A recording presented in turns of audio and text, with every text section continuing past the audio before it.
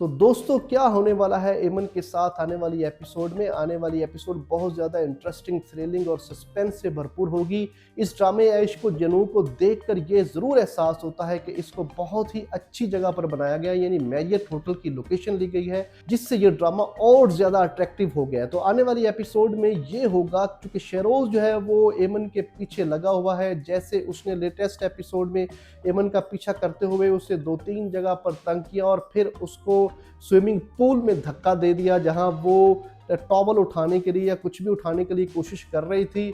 जब उसको वहां वो धक्का देता है तो उसका भाई राहम देख रहा होता है, वो फौरी तौर पर आकर उसको बचाता है। उसके बाद एमन डिसाइड कर लेती है कि मैं इस होटल में अब काम नहीं करूंगी। राहम उसको मोटिवेट करेगा कि कोई बात नहीं, ऐसा होता रहता है, तुम अपनी जॉब ना छोड़ो क्योंकि तुमने अपनी फैमिली को सपोर्ट करना है। और फिर इस पॉइंट पर आकर शेरोज़ को भी अच्छा खासा वो कहेगा कि तुमने बिल्कुल भी गलत किया है, तुमको ऐसी हरकत नहीं करनी चाहिए थी, कोई भी लड़की तुम्हारी प्रॉपर्टी नहीं है, तो तुम्हें इस एमन से दूर रहना होगा क्योंकि ये मेरी एम्प्लॉय है और मेरे स्टाफ का हिस्सा है। उसके बाद एमन अपनी जॉब शुरू कर देगी और फिर राहम और माहीन की एंगेजमेंट होगी और वहां पर भी एमन जाएगी। वो बहुत खुशी महसूस कर रही होगी क्योंकि वो एक पॉजिटिव थिंकिंग रखती है राहम के बारे में और उसे बहुत अच्छा इंसान समझती है। लेकिन शेरोज़ चूंकि उसकी इज्जत के पीछे पड़ा हुआ है, वो जब ये देखेगा कि ये राहम के ऊपर बिलीव करती है तो उसको किसी एक ऐसे गुमनाम जगह पर किसी ऐसी जगह बुलाएगा और कहेगा कि एमन को ये बताया जाएगा कि तुम्हें राहम ने बुलाया है। जब वो वहां पहुंचेगी तो आने वाली एपिसोड में हम देखेंगे कि एमन के साथ शेरोज़ कुछ गलत करता है, यानी उसका रेप कर देगा और उसके बाद वो वहां से उसके सर पर कुछ चीज दे मारेगी और वहां से भाग जाएगी। लेकिन ये एक बहुत बड़ा सीन क्रिएट हो जाएगा। यहाँ से इस ड्रामे की एक थ्रिलिंग स्टोरी शुरू होगी क्योंकि अब एमन ये समझेगी कि मेरे साथ रेप करने वाला शख्स राहम है, जबकि शेरोज़ ने ये सब कुछ नहीं किया क्योंकि वो सारी जगह वो प्लेस राहम की होगी। हो सकता है कि राहम का ऑफिस ही हो। तो जब एमन उसके ऊपर इल्ज़ाम लगा देगी तो उसके बाद राहम जेल में चला जाएगा। राहम जो कि स्टेप सन है उसकी वालदा का, मेरे ख्याल में, जो कि आने वाली एपिसोड्स में रिवील हो जाएगा, वो शेरोज़ की हर वक्त तरफदारी उसकी वालदा करती रहती है और वो शेरोज़ बाहर होगा और वो फिर एमन की रिस्पेक्ट के पीछे होगा। लेकिन जब राहम बुरे तरीके से इस केस में फंस जाएगा तो राहम के पेरेंट्स और एमन के पेरेंट्स जब आपस में डायलॉग करेंगे तो इस पॉइंट पर आकर दोनों का इत्तेफाक हो जाएगा कि एमन ये कहेगी कि मैं राहम को छुड़ाने के लिए तैयार हूँ, लेकिन राहम मेरे साथ शादी कर ले क्योंकि जितनी ज़्यादा मेरी रिस्पेक्ट ख़राब हो गई है, अब कोई भी मुझे यहाँ कबूल नहीं करेगा, तो मैं अब राहम के साथ शादी करने पर आमादा हूँ। राहम के पास अब ये दो ऑप्शन हो गए, या तो वो एमन के साथ शादी कर ले या फिर जेल में रहे।